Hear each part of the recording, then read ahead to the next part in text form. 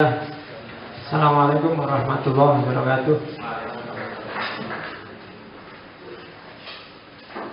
Bismillah, alhamdulillah, assalatu wassalamu ala rasulillah wa ala alihi wa ashabihi wa mawalah.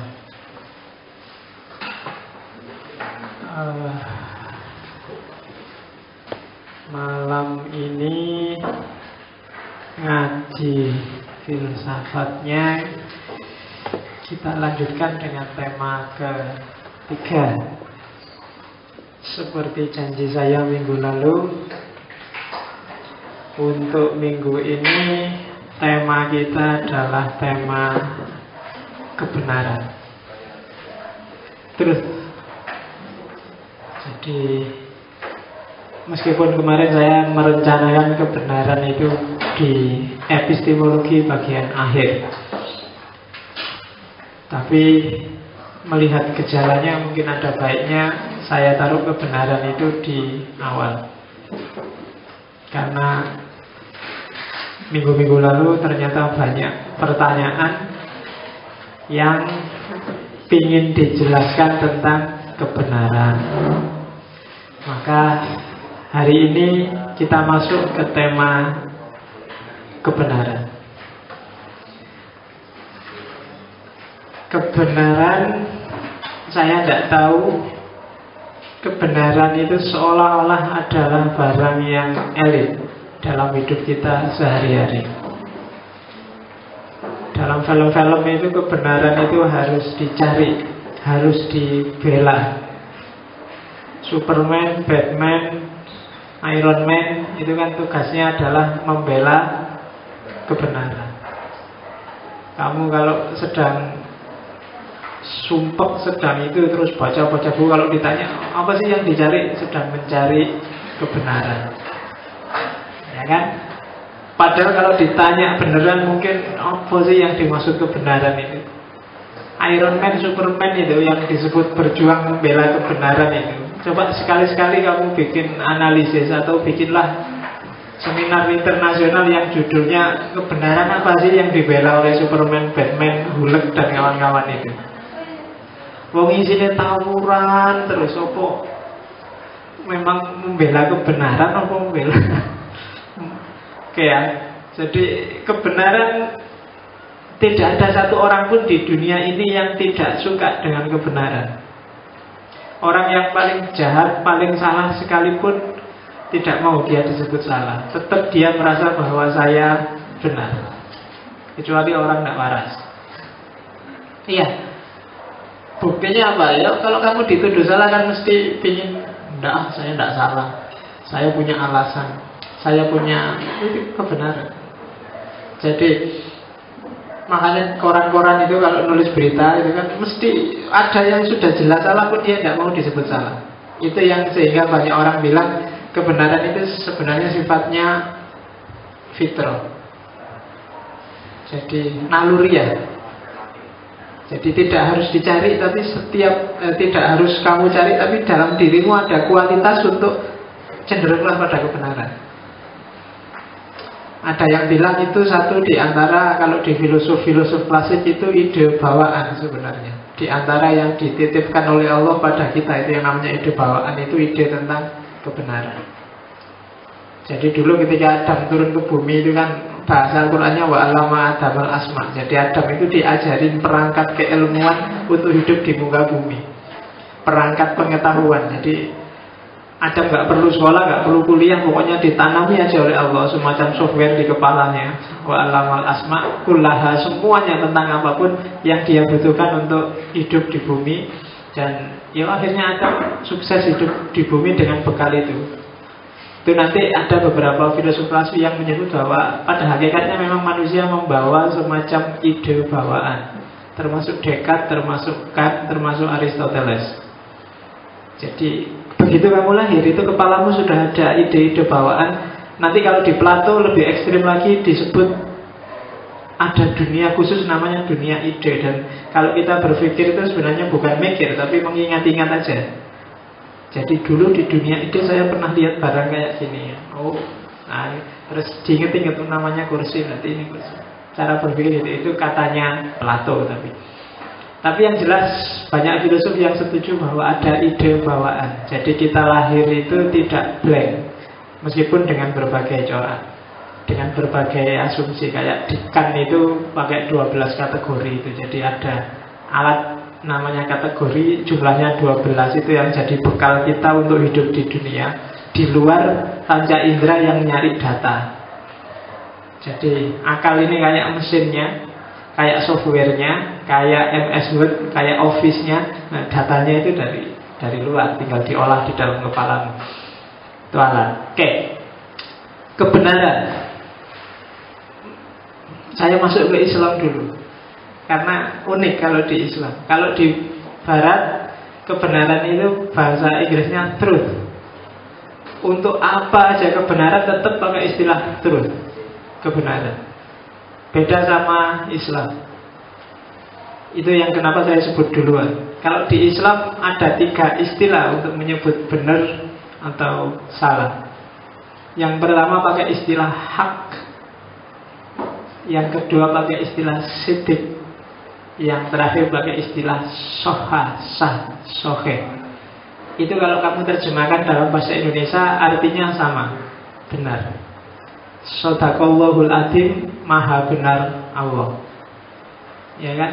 Wa huwal haqqu, dan dialah zat yang maha hak, maha benar. Sohih juga begitu. Soha makulta, jawabanmu benar, sama-sama benar, tapi arahnya beda. Kalau hak itu lawannya batil. Biasanya yang diomongkan hakikat atau realitas. Itu hak. Kalau di Indonesia ada hakul yakin, itu biasanya yang diomongkan tentang realitas. Bahwa Ahmad Fatona itu suka perempuan, sekarang kan sudah hak gitu, kamu sudah ngerti sendiri. Buktinya juga sudah banyak, nggak perlu diperdebatkan lagi bahwa dia memang suka perempuan, itu hak. Banyak hal-hal di sekelilingmu, misalnya Indonesia itu benderanya merah putih, itu hak, sudah jelas, tegas, nyata. Maka bagi umat Islam, Allah itu diantara sifatnya adalah hak. Allah itu nyata, real, tidak cuma khayalan. Nabi ketika masuk ke Mekah, kemudian membasmi patung-patungnya Ka'bah, dia bilang kul qad ja'al haqqu wa zahaqal batil. Yang hak telah datang, maka yang batil pasti hilang. Kalau kebenaran datang, kebatilan pasti hilang. Kalau belum hilang itu berarti masih batil. Kok kebatilan masih ada, berarti kebenarannya belum ketemu. Dia belum datang, masih rumit. Indonesia ini masih rumit, mungkin belum ketemu hak. Kamu tiap hari bergumul dengan banyak hal yang batil. Tapi kalau bahasa Quran, kalau ja'al haqqu pasti wazahaqul batil. Realitas itu hak, hakikat itu hak. Hakikat itu apa? Dasarnya realitas itu hakikat. HP ini hakikatnya apa? Alat komunikasi. Maka HP ini haknya adalah alat komunikasi. Kalau ada tempelan-tempelan lain berarti itu tambahannya. Nah, untuk menyebut alat komunikasi dari HP itu namanya hak. Kenyataan, real. Manusia itu hakikatnya apa? Ayo, hakikatnya apanya? Manusia ada apanya aja? Ada fisiknya, ada jiwanya.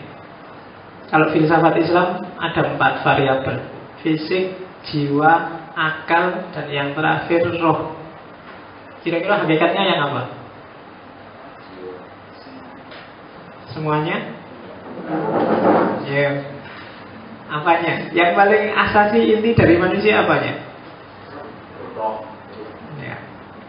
Nanti ketika masuk ke ngaji bagian ontologi metafisika, kita akan membahas ini, manusia.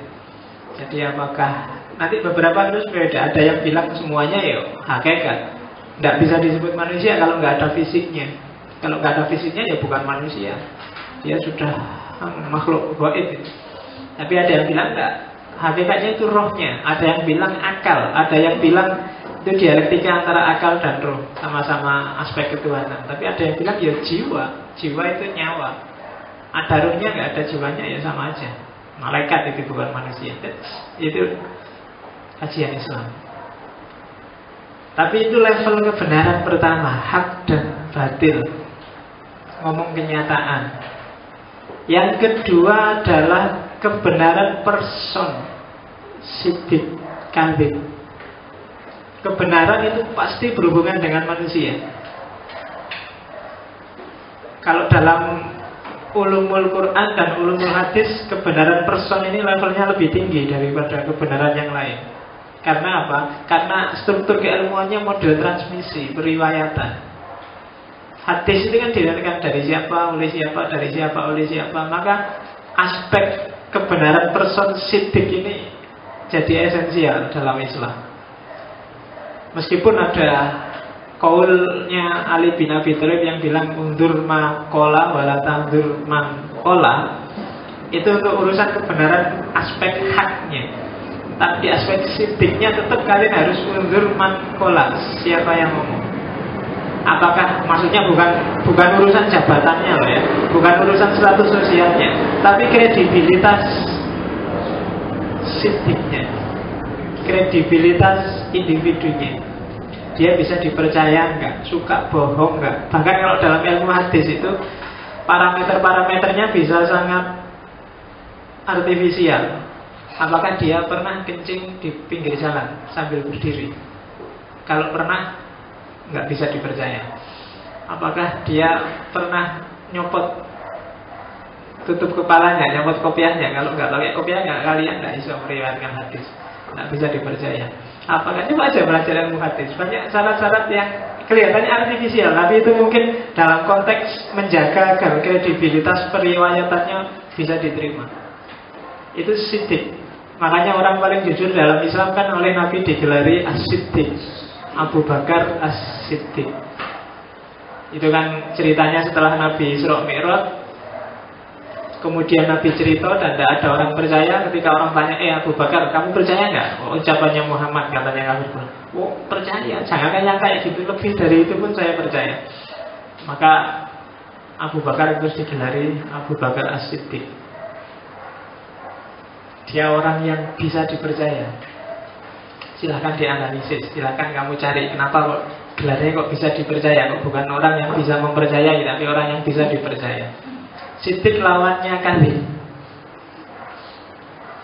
Makanya ada hadis yang bilang Nabi mewanti-wanti iyakum wasidqa dan iyakum wal kadziba. Karena orang yang terbiasa jujur dengan terbiasa bohong itu akan kelihatan. Karena membangun kualitas diri, membangun kredibilitas. Orang yang terbiasa jujur nanti di hadis itu disebut siddiqon, orang jujur. Sementara terbiasa bohong disebut kadzaban, pembohong. Jadi kita dalam hidup kadang-kadang sekali-sekali harus bohong. Tapi jangan dibiasakan.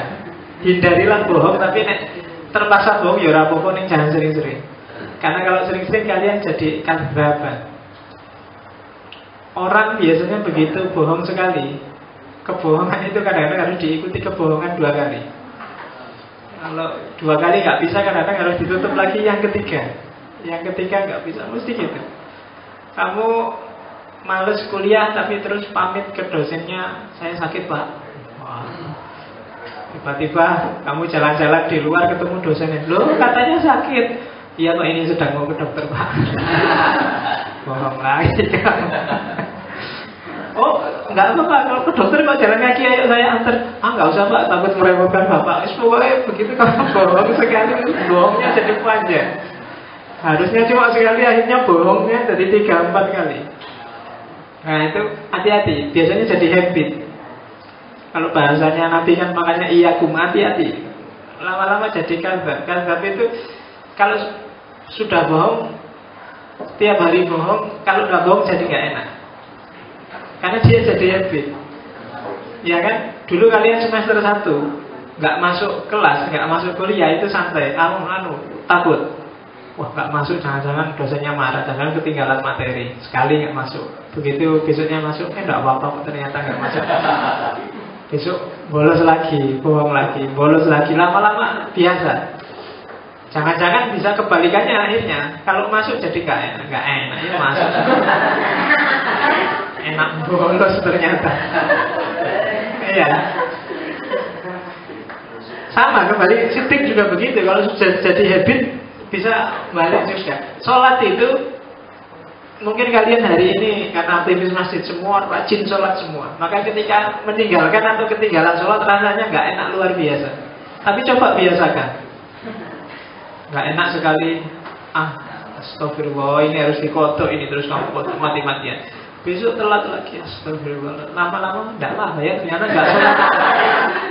Nggak ada apa-apa, nggak. Allah itu maha pengampun, wudhu aja dosa-dosanya rontok, santai aja, akhirnya santai. Dan jadi nggak ada beban. Hati-hati dengan, makanya kalau di psikologi ada namanya habit of mind. Pikiranmu itu kamu yang membiasakan. Sehingga sejak dulu saya wanti-wanti, hati-hati ngasih data ke kepalamu, karena dia akan jadi habit.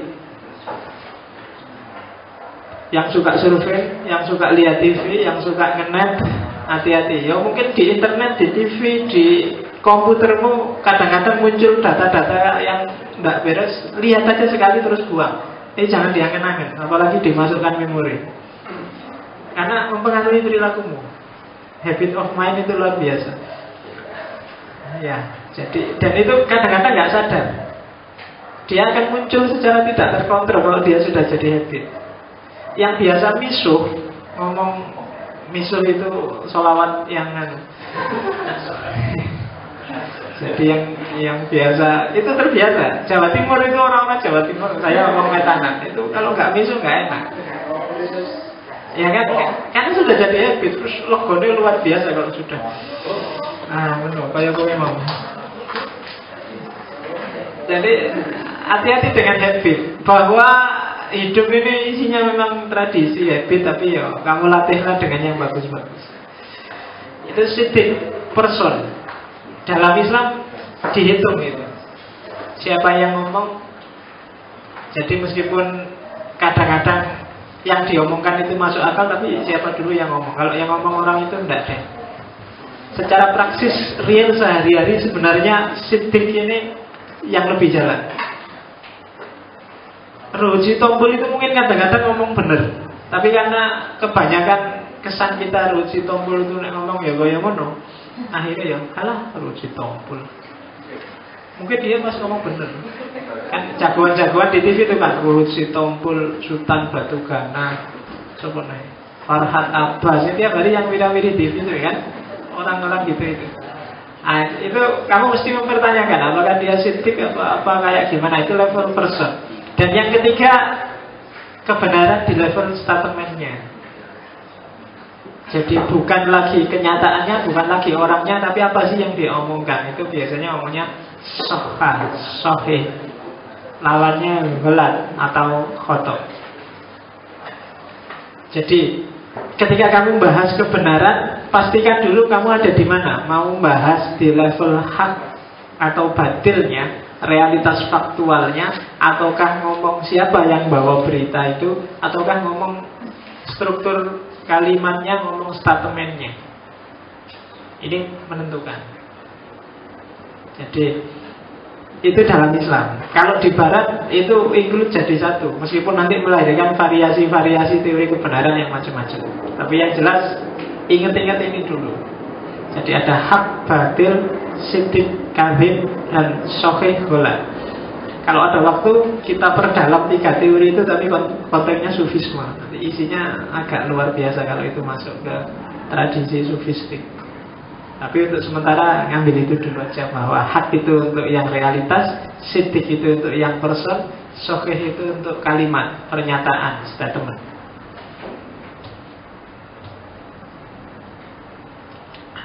Sekarang kita ngomong levelnya. Yang kedua.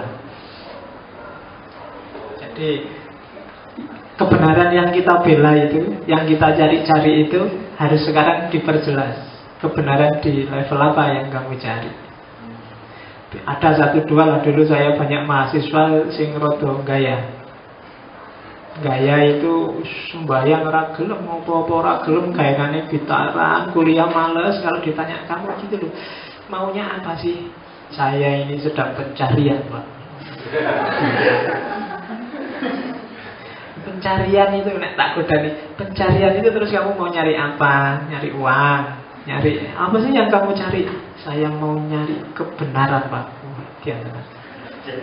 Terus dia tak tanya lagi, nah terus caramu nyari itu gimana? Kok ketemu kalau kamu cuma gitaran, males kuliah, males sembahyang itu apa ya? Terus kebenarannya ketemu? Yo belum Pak, nanti siapa ngerti dapat pencerahan. Pencerahan tekondi dari gitaran itu kamu dapat pencerahan apa? Dari nongkrong neng angkringan mulai jam 11 malam sampai jam 4 subuh itu kamu dapat pencerahan apa? Jalannya gimana untuk biar kamu dapat pencerahan? Menurut kamu ya apa ya nyambung dengan polamu seperti itu, nanti kamu akan ketemu pencerahan. Terus kebenaran itu yang kamu cari, kebenaran apa? 1 tambah 1 2 itu juga sudah kebenaran. Ngapain kamu cari capek-capek? 2 tambah 2 4 itu sudah kebenaran. Kalau orang nggak lapar 3 hari terus perutnya melilit, itu kebenaran juga. Kamu mau nyari kebenaran yang gimana? Nyari kebenaran aja kok susah-susah kan gitu. Kalau kamu gatel, garuklah, itu kebenaran sudah. Nah iya kan, kalau mikir jeli kok kamu tidak repot sekali nyari kebenaran. Maka maksudnya level kebenaran apa yang mau kamu cari? Ada level kebenaran empiris, ada level kebenaran logis, ada level kebenaran etik, ada level kebenaran metafisik. Kebenaran metafisik itu tambahan. Kalau kamu cari di buku-buku, biasanya cuma 3, empiris, logik, dan etik. Atau kalau ada kebenaran metafisik, arahnya bukan ke eskatologis. Kalau kita yang beragama, metafisik harus mengarah juga ke yang eskatologis, karena kita percaya hal-hal yang eskatologis, yang gaib. Ya kan? Kenapa? Karena dalam hidup, kalau kita jeli, sebenarnya dalam hidup kita yang real itu sangat sedikit. Yang real hari ini bagi saya adalah ruangan kelas ini, kamu yang di depan saya, bahkan yang di belakang saya ini gaib. Iya kan? Kalau ada cecek tiba-tiba lari ke sini, aku tidak ngerti, itu kan gaib. Jadi barang yang tidak gaib itu bagi kita itu cuma sekedar sejangkau telinga bisa mendengarkan, mata bisa melihat. Di Malioboro sekarang ada apa kan saya tidak tahu, itu kan namanya gaib. Yang kita nggak ngerti kan gaib. Nah itu kalau kita hanya percaya yang real dan yang nyata, maka dunia kita sangat sempit. Yang tidak pernah ke Arab Saudi, Arab itu barang gaib. Ya kan? Yang nggak pernah ke Australia, Australia itu barang gaib. Yang tidak pernah beli nasi goreng yang perapatan Joteng sana itu barang gaib juga, karena kamu nggak ngerti kan ada nasi goreng bawa di sana, ada. Tapi itu gaib. Oke, itu kebenaran metafisik. Nanti ada levelnya sendiri. Kebenaran empirik nggak perlu dijelaskan panjang lebar. Kalian tiap hari bergumul dengan kebenaran empiris. Fakta-faktanya mudah diakses oleh indera, gampang dicerna karena dia nyata, real, apa adanya. Itu kebenaran empiris. Kebenaran yang paling mudah kamu temukan, paling gampang kamu cerna, itu kebenaran empiris. Karena dia faktual, nyata. Mata bisa melihat, telinga bisa mendengar, kemudian tangan bisa meraba, mulut ada ya? Hidung mencium, itu mulut apa hidung? Hidung ya. Karena nah, ya makanya kalau kamu nyium pakai mulut atau pakai hidung? Nyium pakai mulut. Nah, ayo. Kamu kalau mencium tetap mulut, kalau membau baru hidung. Kenapa kamu ketawa? Saya bilang tadi data di kepala kamu. Iya, yang kamu masukkan itu kan data ke sana semua. Nggak perlu kita jelaskan, itu tak kasih contoh yang gampang-gampang bahwa tumbuhan itu yang IPA, ilmu IPA itu semuanya kebenaran empiris. Gampang sudah kan, nggak perlu kamu bahas. Yang kedua kebenaran logik. Nah ini dasarnya logika sama matematika ya jelas. Jadi tidak berdasar fakta tapi kecanggihan reason, kecanggihan akal. Berpikir tentang sesuatu, kebenaran yang sah, kebenaran yang benar secara akal sehat. Harus ada kata-kata sehatnya, karena banyak akal yang tidak sehat. Akal saja kadang-kadang menipu, tapi akal harus sehat. Akal sehat itu akal yang lurus, jujur, fair, tidak memihak, tidak tendensius. Karena banyak barang rasional tapi tidak rasional, tidak rasional sebagaimana adanya, tapi rasional karena diolah. Namanya rasionalisasi. Saya sering mencontohkan kadang-kadang perilakumu yang keliru itu kamu justifikasi pakai logika. Itu akal tapi tidak sehat. Kamu nginep berdua di kamar sama pacarmu, itu jelas keliru. Kalau akalmu sehat bilang keliru, kamu masih pacar. Tapi kan kamu bisa bikin rasionalisasi untuk membenarkan perilaku. Ya sembuh argumenmu apa? Mungkin ya kan ini pacar-pacarku sendiri Pak, bukan pacarnya orang lain. Suka sama suka, nggak ada paksaan, enak sama enak, menyenangkan, membahagiakan orang lain Pak. Ya kan? Kalau ada resiko kan kita tanggung sendiri. Kenapa kok yang lain cerewet itu? Apa iri? Maksudnya pingin misalnya. Ya kan? Jadi tidak ada hak bagi orang lain untuk melarang kita. Loh, itu kan akalmu yang bisa bilang gitu. Makanya katanya Imam Asy'ari, ini kan kebanyakan Asy'ari yang mazhabnya, bahwa akal saja tidak memadai untuk memutuskan benar salah, meskipun dia bisa tahu benar salah. Itu Imam Asy'ari. Jadi meskipun kita sebagian besar Asy'ariyah, saya tidak yakin kalian ngerti pikiran-pikirannya Imam Asy'ari. Karena Islam Indonesia itu 90%-nya bukan fundamentalis atau liberal, tapi Islam Islam cuek lah, Islam tak seneng-senengnya kayak biasanya. Ya, dan itu kalau pemilu namanya Islam masa mengambang, berarti supaya mana orang banyak ke situ ya ke sana. Kebenaran logik. Jadi ya itu tak kasih contoh. Misalnya kamu mikirnya seandainya penghasilannya orang di Indonesia itu lebih besar dari kebutuhannya, maka Indonesia makmur. Kenyataannya mungkin tidak, tapi kan secara logis ya memang begitu. Setiap manusia pasti akan mati. Mungkin secara faktual membuktikannya juga susah. Apa kamu bisa membuktikan ketemu setiap orang di dunia, kamu wawancara satu-satu?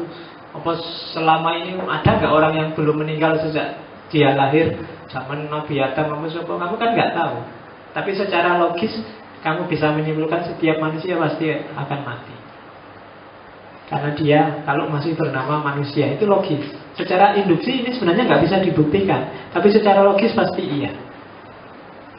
Karena kamu nggak bisa memastikan, jangan-jangan besok ada orang yang nggak mati, jangan-jangan dulu ada orang yang sampai hari ini nggak mati dan kita nggak tahu siapa dia. Kalau dalam Islam kan ada cerita yang nggak mati-mati siapa? Nabi Khidir. Nah itu kan ya antara ya dan enggak, tapi secara logis setiap manusia pasti mati. Itu kebenaran logik. Mahasiswa itu adalah elit intelektual. Itu bagi saya juga kebenaran logik. Karena banyak juga yang secara faktual dia tidak elit, apalagi intelek. Tapi secara rasional ya harusnya elit intelektual lah, karena dia sekolahnya paling lama.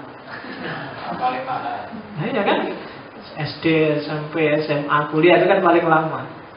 Jadi maka harusnya dia harus jadi intelek. Ilmunya sudah ngumpul berapa tahun itu, sudah sekolah, terus kan harusnya sudah ini penuh dengan ilmu isi kepalanya. Maka dia elit intelektual secara logis. Yang ketiga kebenaran etik. Kebenaran etik itu mengatur perilaku. Sebenarnya ini level kedua dari nilai. Nilai itu kan ada nilai kebenaran, nilai kebaikan, nilai keindahan. Kebenaran etik itu sebenarnya nilai kebaikan. Baik dulu. Kalau bahasa filsafatnya code of conduct, aturan perilaku, baik perilaku batin maupun perilaku lahir. Judgementnya etis atau tidak etis, baik atau tidak baik. Parameter kebenarannya hasil konvensi. Kadang-kadang etik di sini tidak etis di sana. Kalau kamu di sini harus ikut etika di sini, kalau kamu di sana harus ikut etika di sana. Itu etika, moralitas. Jadi kalau sedang di masjid, jangan lari-lari, jangan nari-nari, jangan nyanyi-nyanyi misalnya. Nah itu hasil kesepakatan sebenarnya, kebenaran etis. Code of conduct. Di lokal tertentu mungkin beda. Di lokal masjid sini dengan masjid sana mungkin beda. Di sini malah ada wayangan, ada apa lagu itu enggak apa-apa. Lokal, cuma di sini boleh kok. Code of conduct-nya di sini enggak apa-apa. Kalau kamu bilang oh, itu tidak etis di sana, di lokal yang lain, di sini etis. Code of conduct itu, etika itu hasil kesepakatan sosial. Ya, jadi kesepakatan bersama, tidak apa-apa. Sekali-sekali nonton film bersama di masjid. Dulu filmnya apa dulu tapi kan. Iya, jadi tidak apa-apa. Itu code of conduct itu kan tinggal disepakati enggak, kita setuju enggak. Kan gitu. Value yang diperjuangkan setiap horizon sosial itu beda-beda. Maka kebenaran etiknya beda-beda. Misalnya orang Jawa, kebenaran etik itu basisnya sebagian besar adalah harmoni. Gimana caranya kita hidup damai, selaras, dengan yang lain tidak gegeran, rukun. Dan itu kan code of conduct, basisnya etiknya orang Jawa. Maka orang Jawa tangguh. Dijajah 350 tahun juga masih nyantai dia. Yang penting gimana caranya sama penjajah aja dia bisa harmonis. Ya kan, nggak marah, nggak apa-apa. Yang penting sudah ada di sini ya kita rukun lah. Gimana caranya nggak gegeran kan kita mesti orang Jawa. Karena basis sosialnya adalah arahnya ke situ, damai, harmoni. Jadi etik, kebenaran etik. Di kelas ini kita sepakati kebenaran etik, kalian boleh makan, boleh minum suka-sukanya. Tapi di kampus mungkin beda nih. Ya kan? Kode etik di kampus jangan sampai masuk kelas nggak pakai sepatu. Itu kan code of conduct namanya. Kesepakatan etik di sana. Tapi di sini kesepakatannya sudah beda lagi. Menghargai orang tua misalnya. Kalau di Indonesia menghargai orang tua itu kalau ketemu menunduk, jangan ngangkat kepala. Nah itu etik sini. Tapi kalau di barat ya mungkin kalau ketemu sama orang tua justru jangan menunduk. Kalian harus menatap matanya, karena justru tidak menatap matanya itu dianggap tidak sopan. Maka kalau kalian ketemu bule, kalau bisa kalau ngomong tatap aja matanya. Karena kalau bagi mereka ngomong nggak natap mata itu dianggap melecehkan. Asal kebalikannya kalau ketemu preman. Kalau kamu tatap matanya ditantang kamu. Itu jadi nggak tahu kalau preman bule apa ya mau ditatap matanya apa enggak. Kamu tanya aja sama bule-bule. Kalau preman di sana mau nggak diginiin itu. Jadi kalau coba perhatikan orang-orang Jawa atau kamu sendiri perilakumu ketika ketemu dosen, perilakumu mesti kan kamu nggak enak kan? Mesti kalau ngomong sambil menunduk lah, sambil apa lah. Nggak berani gini, apa pak? Kalian segini apa pak? Itu kebenaran etik sebenarnya. Tidak salah, tidak benar kan? Tergantung konvensi sosial di situ seperti apa. Kalau memang konvensi sosialnya begitu ya mungkin ya memang harus begitu. Kalau kamu tatap matanya mungkin dosanya tersinggung. Apa lihat-lihat? Jadi itu konvensi. Kayak kalau orang Indonesia dipegang kepalanya marah, kalau orang Arab dipegang pantatnya marah. Ya. Saya nggak tahu. Kalau orang Indonesia dipegang pantatnya marah nggak? Marah ya? Nggak tahu. Saya juga nggak tahu. teori bahwa kalau orang Indonesia dipegang kepalanya marah, pantatnya nggak marah itu saya nggak ngerti. Siapa yang bilang? Padahal menurut saya kalau ada orang tiba-tiba megang pantatmu, kamu marah juga. Iya kan? Orang Arab dipegang pantatnya marah. Kita juga kalau tiba-tiba ada orang di jalan, mas, ayo, itu mesti kan marah. Ya kan? Emangnya apa kok diem-diem megang kepala, kan megang pantat. Oke, kebenaran etik. Ini masih panjang dari kebenaran. Kebenaran metafisik ini baru ngomong levelnya saya, belum ngomong jenisnya, belum ngomong variasi bahasanya, belum ngomong. Jadi agak panjang. Jadi siapkan mental, minumnya kalau habis ngambil lagi. Kebenaran metafisik. Pokoknya kalau Rebo malam Kamis, alhamdulillah selalu ada sepak bola yang ditunggu. Jadi aku nyantai sekalian nunggu sepak bola nanti malam Chelsea melawan Benfica. Ya. Final. Nggak apa-apa kalau yang kayak gitu saya nggak terlalu deg-degan karena dua-duanya nggak. Terserah siapa yang menang, yang penting bal-balan. Tapi beda kalau Barcelona melawan Madrid itu harus ada puasanya itu. Iya, jadi harus sholat malam wiritan. Jangan sampai besok pagi diketawain sama lawan. Oke, kebenaran metafisik adalah kebenaran yang menyangkut di luar tiga tadi. Secara empiris dia tidak bisa diakses, secara logik sering tidak nyambung, dan secara etik juga bukan dunianya. Susah diakses. Secara ilmiah, di situ saya contohkan misalnya firasat kontak batin, itu kan dunia yang tidak bisa kamu secara rasional, secara empiris, secara tidak bisa. Bisanya kamu percaya enggak itu aja, atau kamu ngalami langsung. Faktanya ada, tapi dibahas empiris juga enggak ada. Orang kesurupan, kamu bisa analisis psikologi, analisis biologi, apalah, tapi khas itu orang kesurupan itu. Teriak-teriak, kemudian merasa melihat sesuatu padahal kita nggak lihat. Kita kan sering lihat yang kayak gitu. Ada yang bilang, oh itu halusinasi. Semua lah halusinasi. Ketika itu halusinasi kan berarti gaib itu. Kita nggak lihat, dia lihat. Kita nggak dengar apa-apa, dia dengar. Yang subur itu mau melakukan apa-apa, ada amanat dari yang gaib, kan mesti gitu dia. Jadi amanatnya yang gaib. Barang metafisik, dia faktual, kita alami bersama, kita percayai, tapi kita nggak bisa melihat langsung, nggak bisa menalar secara lurus, dan bukan urusan kesepakatan sosial. Yang lebih halus lagi misalnya itu tak sebut fenomena akal, fenomena otak, fenomena perubahan molekul-molekul tubuh kita, fenomena DNA, fenomena gitu. Saya dulu bikin skripsi judulnya Filsafat Cinta. Ya, diterbitkan, sudah cetak ulang 7 kali, tapi dulu itu tahun berapa itu. Iya, dan laku. Cuma buku saya Filsafat Cinta masih kalah laku dengan edisi selanjutnya, judulnya Risalah Patah Hati.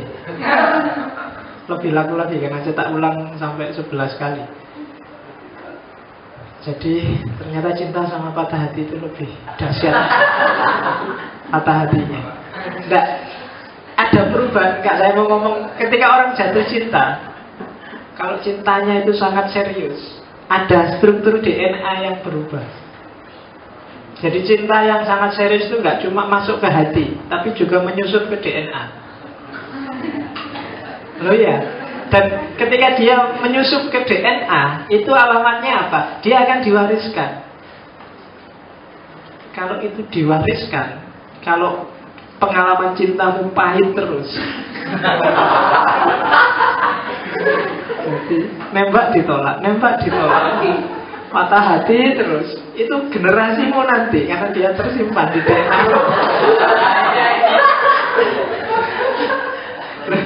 DNA itu kan fotokopi struktur sejarahmu yang akan datang.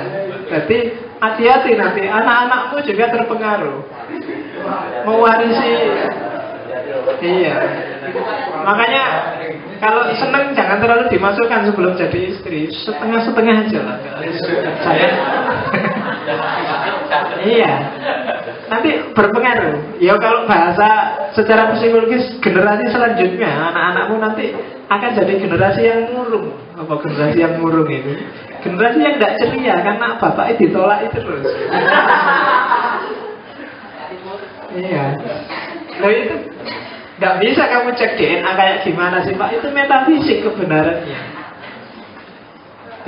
Ya nanti cara ngukurnya macam-macam lah. Tapi level-level. Jadi kalau ada orang ngomong yang kayak gini, oh ini level metafisik, saya nggak bisa menjudgementnya secara rasional, nggak bisa, apalagi empiris, etik juga belum nyampe.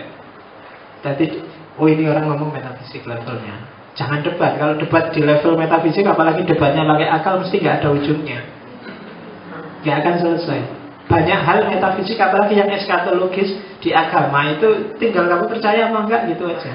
Makanya agama itu kan basis utamanya iman, bukan akal. Akal itu penopangnya. Nah, jadi perhatikan aja kalau kamu diskusi membahas sesuatu, perhatikan ini levelnya level apa dulu. Level empiris kan? Kalau level empiris perhatikan faktualnya, bukti nyatanya apa yang penting. Kemudian kalau itu logika, konsistensi berpikirnya perhatikan. Kalau itu etika, dilihat konvensi-konvensi yang berlaku. Kalau itu metafisika, lihat basis kepercayaannya. Ya kan? Kamu kepercayaanmu kayak gimana? Ini daya ini, kayak gitu. Ini malaikat yang bikin ini, sehingga itu aspek kebenaran metafisika. Saya lanjutkan. Oke ya, sudah level-levelnya ya. Sekarang masuk ke jenis-jenisnya. Jenis kebenaran yang pertama adalah kebenaran bukan proporsional tapi proposisional. Kebenaran kalimat, kebenaran proposisi, pernyataan.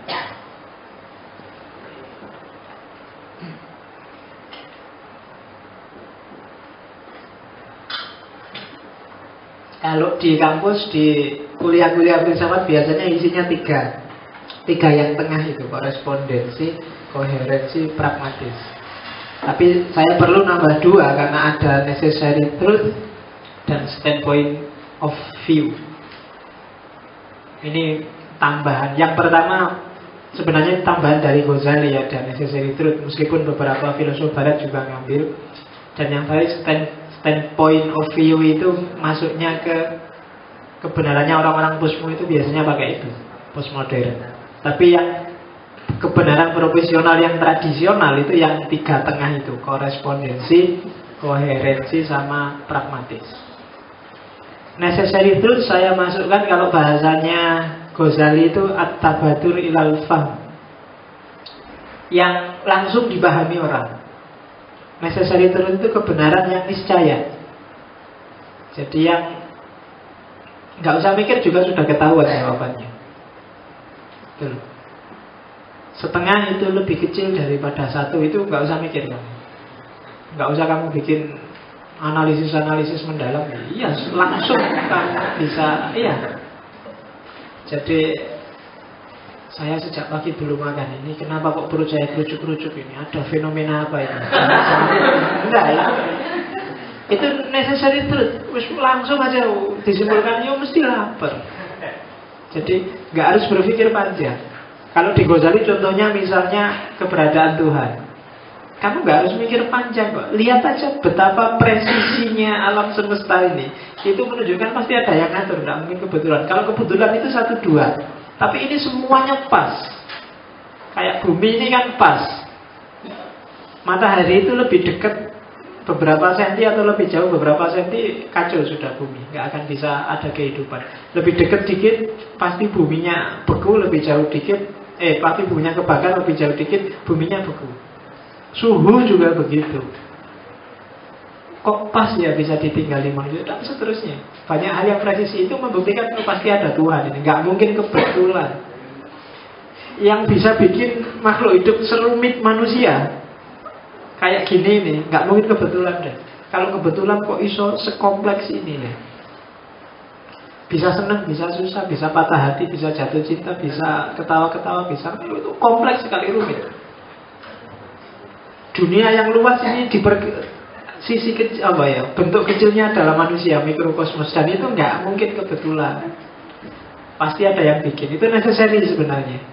Pasti ada Tuhan, pasti ada sesuatu yang di luar manusia yang bikin dia ada. Kenapa? Karena nggak mungkin manusia yang kompleks ini menyebabkan dirinya sendiri, jadi sebab bagi dirinya sendiri. Itu necessary truth, niscaya. Ya banyak necessary truth itu. Orang itu kalau secara etis misalnya, orang itu kalau dipuji senang, kalau dikritik mesti rasanya tidak enak. Itu necessary truth. Maka jangan bikin diskusi, jangan bikin forum, takmirnya jangan bikin kajian yang tema-tema necessary truth. Mesti nggak ada yang tanya. Iya, karena lu ngapain dijelas? Ya sudah jelas memang begitu. Ya kan? Jadi maka jangan bikin judul yang sudah jelas. Nikmatnya malam pertama itu mesti weh. Gak usah dibahas. Kamu gak usah indahnya nikah. Ayo mesti. Ya. Jadi kan banyak buku-buku sekarang gitu kan, indahnya kawin muda. Itu kan mesti. Yang indah bukan mudanya, maksudnya kawinnya itu loh.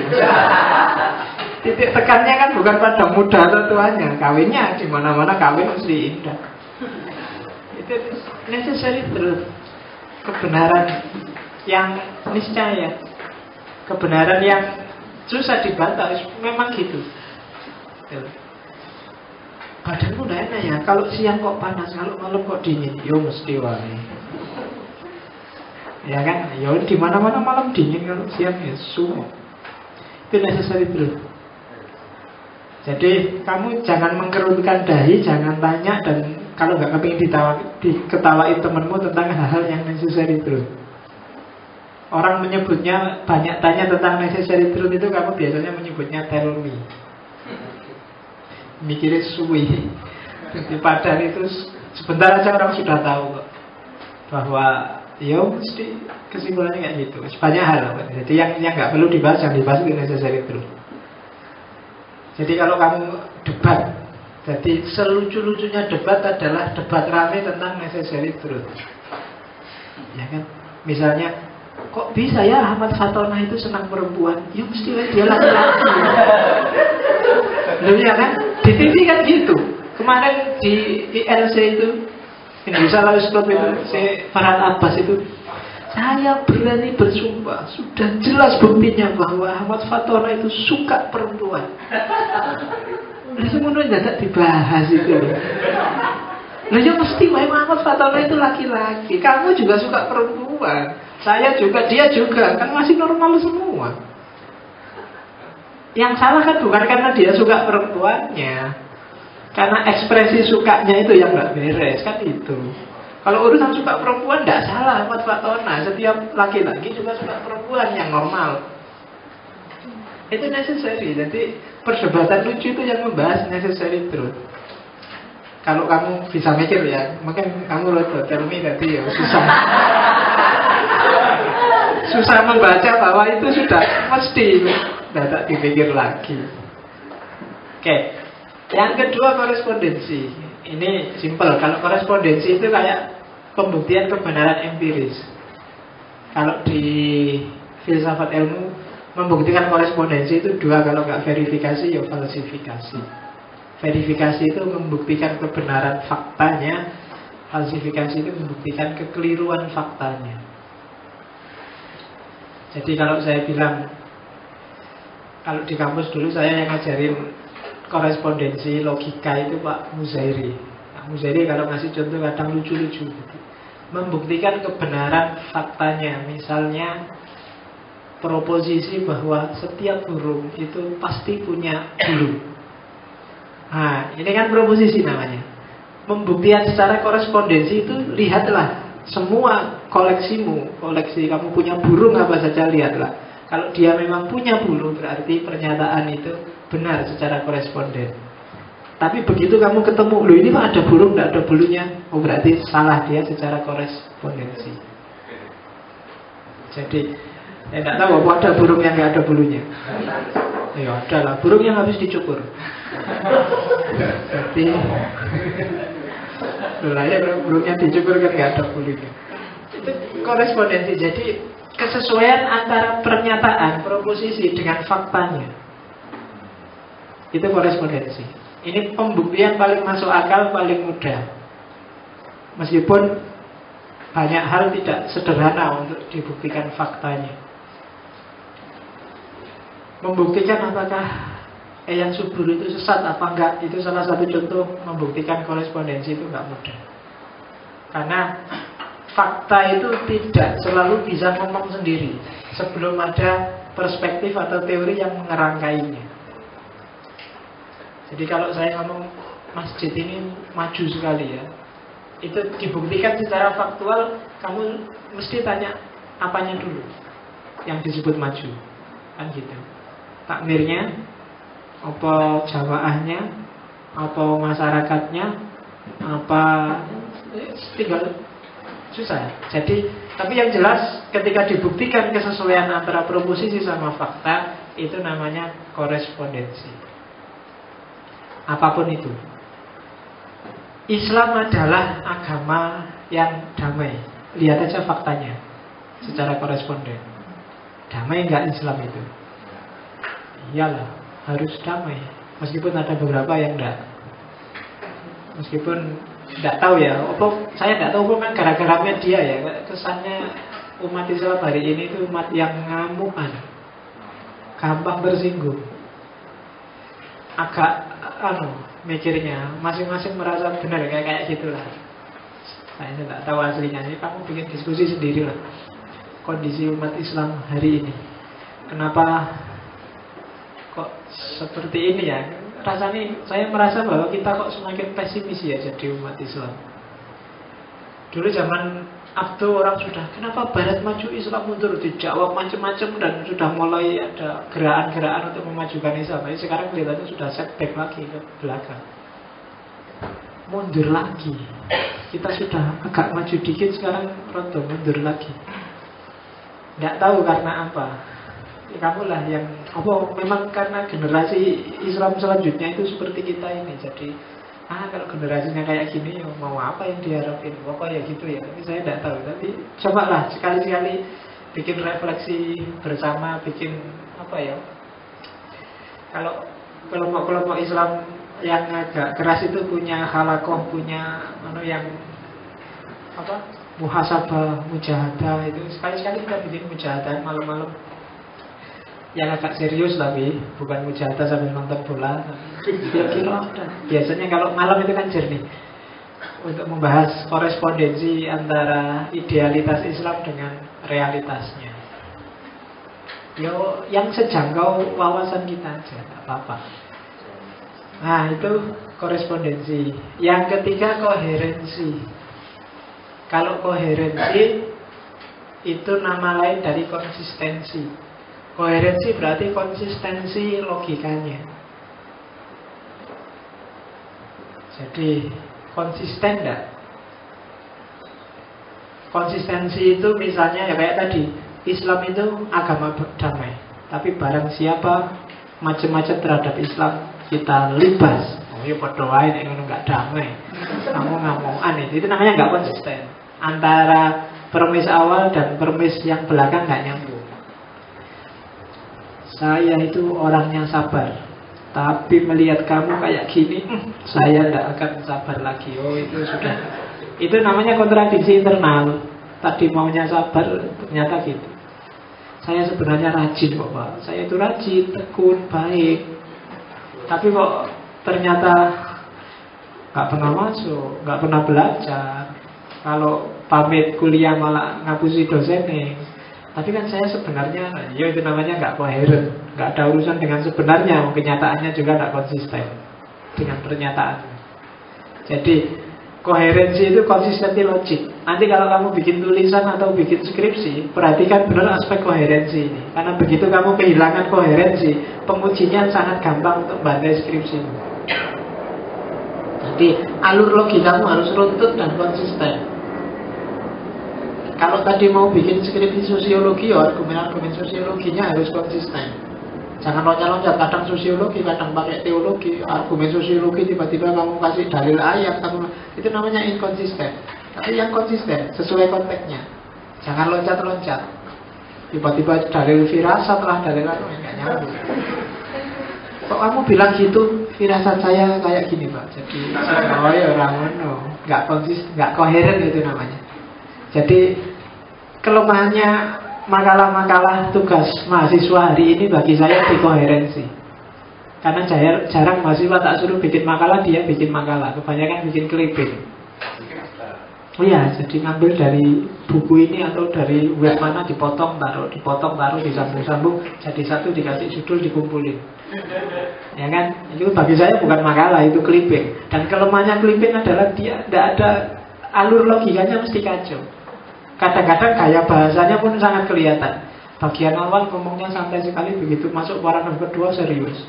Begitu masuk paragraf ketiga, nanti kelihatan gaya bahasa itu. Makanya kamu hati-hati. Kalau kamu mau curang ngambil dari internet, olah sendiri gaya bahasanya. Perhatikan lagi, karena begitu kamu potong-potong mesti nggak coherent sudah kelihatan. Jadi koherensi adalah menguji benar salahnya pernyataan dari aspek konsistensi logisnya. Yang ketiga pragmatis. 4. Pragmatis itu benar salah peduli amat dengan korespondensi, peduli amat dengan koherensi atau necessary. Yang penting sukses, yang penting nyampe tujuannya. Itu pragmatis.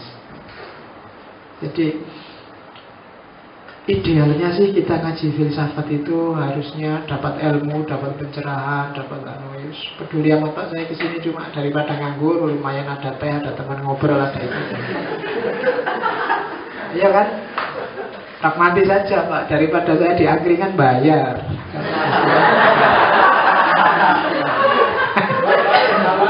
Iya, jadi mumpung ada angkringan gratis. Ya, maksudnya bukan gitu. Pragmatis itu adalah misalnya kalian kuliah ujian terus bikin kerpean, sehingga saya kan tujuan saya kuliah kan dapat nilai baik Pak. Jadi segala cara yang penting ternyata nilai saya baik, itu berarti saya benar. Nah, berarti apa itu namanya pragmatis. Yang dilihat tujuannya bukan prosesnya. Apakah prosesnya lewat dukun, atau lewat wirid, atau lewat temen, atau lewat pendekatan langsung, yang penting kan akhirnya bisa jadi pacar Pak. Ya kan? Itu pragmatis. Tapi nggak apa-apa kalau urusan pacar kamu pragmatis, nggak apa-apa. Tapi kalau urusan yang bagus-bagus, urusan kuliah, urusan itu jangan pragmatis. Ketika kamu pragmatis biasanya ada banyak nilai yang kamu korbankan. Boleh kamu jadi orang sukses, tapi jangan pragmatis. Harus kamu jadi orang yang luar biasa, tapi ya luar biasa tidak secara pragmatis. Ada proses yang kamu ikuti. Ahmad Fatonah itu bagi saya karena logikanya pragmatis, maka dia terjebak seperti itu. Ya kan? Hati-hati dengan cara berpikir pragmatis. Contoh paling gampang, saya tidak tahu ada berapa persen di sini yang pernah ikut MLM. Biasanya logika yang ditawarkan oleh MLM itu gimana caranya kamu nggak terlalu capek tapi dapat uang banyak. Itu pragmatis. Ya tidak salah, cuma biasanya ada beberapa nilai yang harus kamu korbankan dalam pragmatisme. Dalam konteks tertentu pragmatis itu luar biasa juga. Agama itu karena bagi orang barat salah, tapi secara pragmatis mungkin benar. Gara-gara agama kamu bisa hidup tertib, gara-gara agama kamu menghargai orang, gara-gara agama kamu bisa belajar.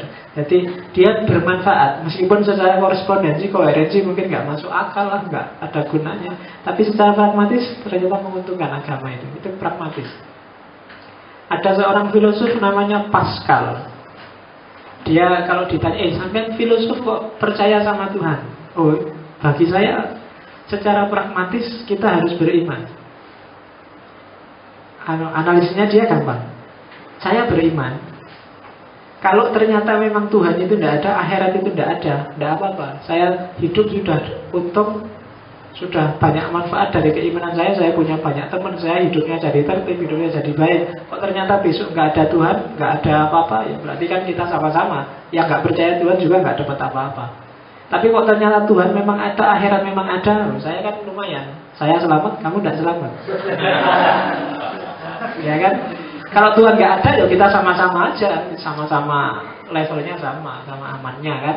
Tuhan memang nggak ada pembalasan, nggak ada apa-apa, sama-sama aman. Tapi saya sudah untung di dunia, hidupku tertib dan macam-macam. Tapi kalau Tuhan ada, nah saya selamat, kamu tidak selamat. Jadi secara pragmatis lebih baik kamu percaya sama Tuhan. Itu katanya Pascal. Jadi enaknya beragama itu kan itu. Kalau kamu sudah judek ditanya orang ruwet-ruwet, pragmatis saja. Yang penting kan untung Pak, yang penting kan enak Pak, yang penting kan nyaman Pak. Itu jawaban-jawaban pragmatis. Jadi kok mau-maunya sih kamu bela-belain lihat bola lo, itu kan demi kepuasan Pak. Yang penting nyaman Pak, yang penting itu biasanya jawaban pragmatis. Kalau ditanya apa sih dasarnya kamu bela-bela Barcelona itu, dia kalau juara juga kamu nggak dapat apa-apa. Kalau kalah kamu ikut mangkel, kalau menang kamu ikut seneng-seneng. Loh kan yang penting seneng Pak, itulah seninya. Itu biasanya jawaban pragmatis.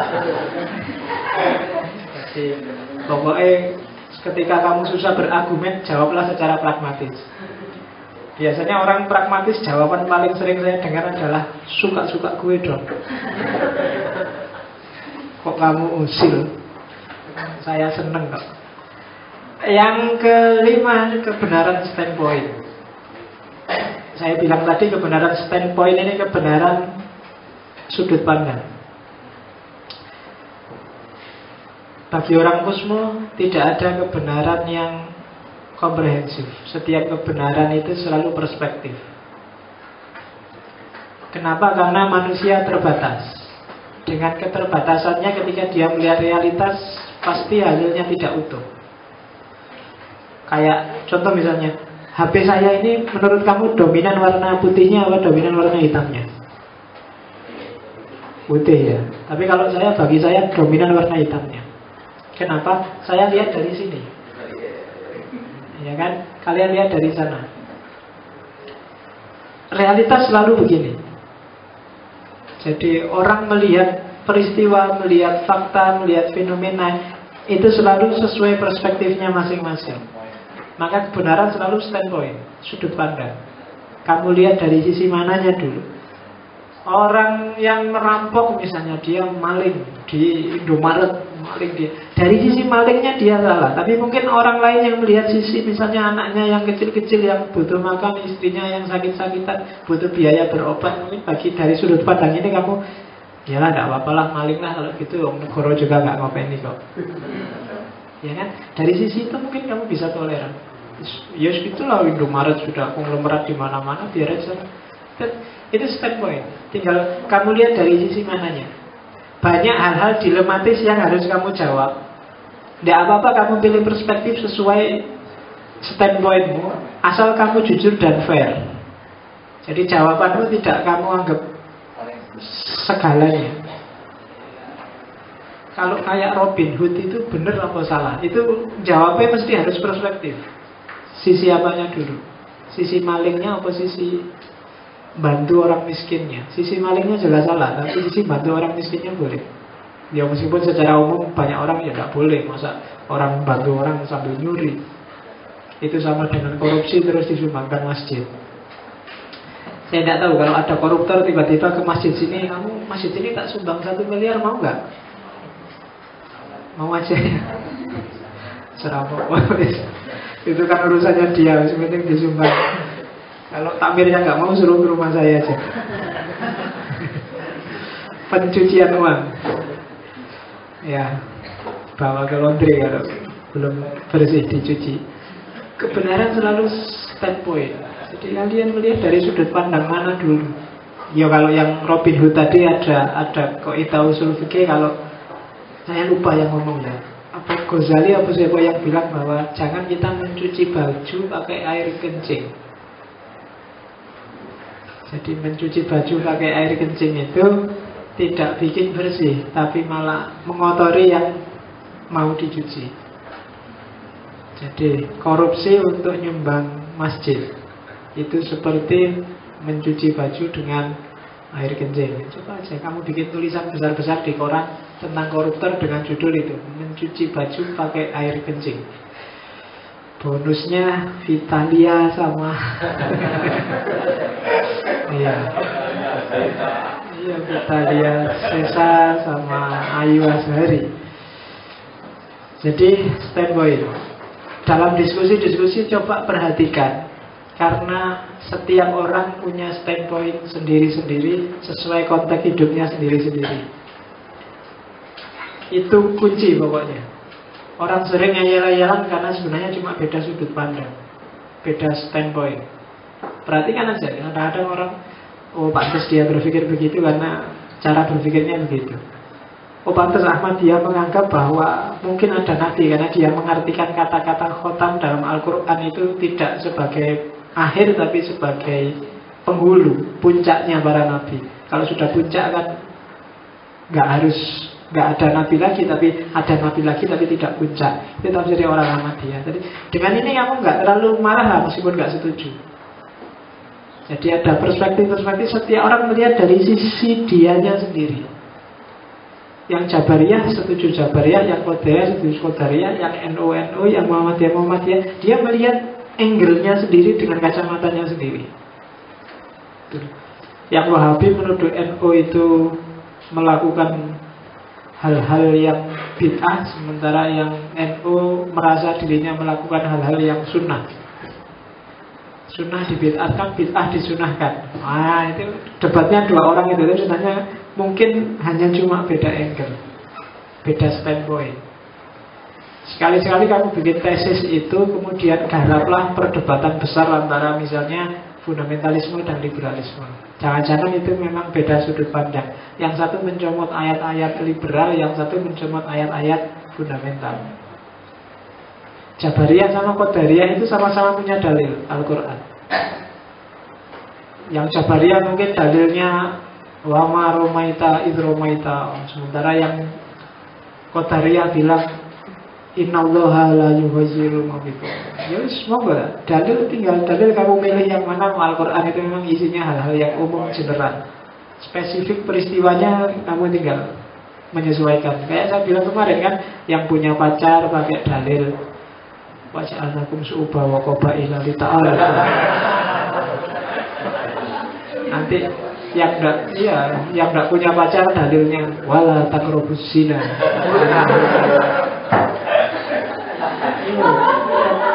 Sama-sama pakai Quran.